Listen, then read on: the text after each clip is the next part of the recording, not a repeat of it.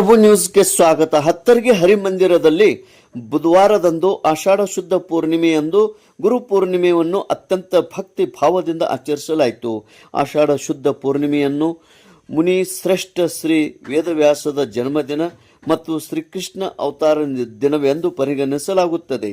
ಈ ಹಿನ್ನೆಲೆಯಲ್ಲಿ ಪ್ರತಿ ವರ್ಷದಂತೆ ಈ ವರ್ಷವೂ ಶ್ರೀ ಮಠದಲ್ಲಿ ಗುರು ಭೋಜನ ಮತ್ತು ಗುರು ವಂದನಾ ಕಾರ್ಯಕ್ರಮವನ್ನು ಹಮ್ಮಿಕೊಳ್ಳಲಾಗಿತ್ತು. ದಿನದ ಆರಂಭದಲ್ಲಿ ವೇದವ್ಯಾಸರ ದೇವರಿಗೆ ಪಾದಪೂಜೆ, ಅಭಿಷೇಕ ಸೇರಿದಂತೆ ಶುದ್ಧೋಪಚಾರ ಪೂಜೆಗಳನ್ನು ನೆರವೇರಿಸಲಾಯಿತು. ಬಳಿಕ ಭಜನೆ, ಕೀರ್ತನೆ ಮತ್ತು ಪ್ರವಚನ ಕಾರ್ಯಕ್ರಮಗಳು ಅತ್ಯಂತ ಉತ್ಸಾಹದಿಂದ ಭಕ್ತಿಯಿಂದ ಜರುಗಿದವು.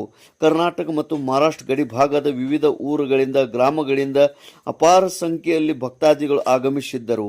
ಎಲ್ಲರೂ ಕಾರ್ಯಕ್ರಮದಲ್ಲಿ ಆನಂದದೊಂದಿಗೆ ಪ್ರಸಾದ ಕೂಟದಲ್ಲಿ ಪಾಲ್ಗೊಂಡು ಗುರುಗಳ ಆಶೀರ್ವಾದ ಪಡೆದುಕೊಂಡರು. ಗುರು ಪೂರ್ಣಿಮಾ ಕಾರ್ಯಕ್ರಮವು ಪ್ರಸ್ತುತ ಮಠಾಧೀಶರಾದ ಡಾಕ್ಟರ್ ಅನಂತ ಮಹಾರಾಜ್ ಗೋಸಾವಿ ಮತ್ತು ವೇಣುಗೋಪಾಲ್ ಗೋಸಾವಿ ಅವರ ಸಾನ್ನಿಧ್ಯದಲ್ಲಿ ನಡೆಯಿತು.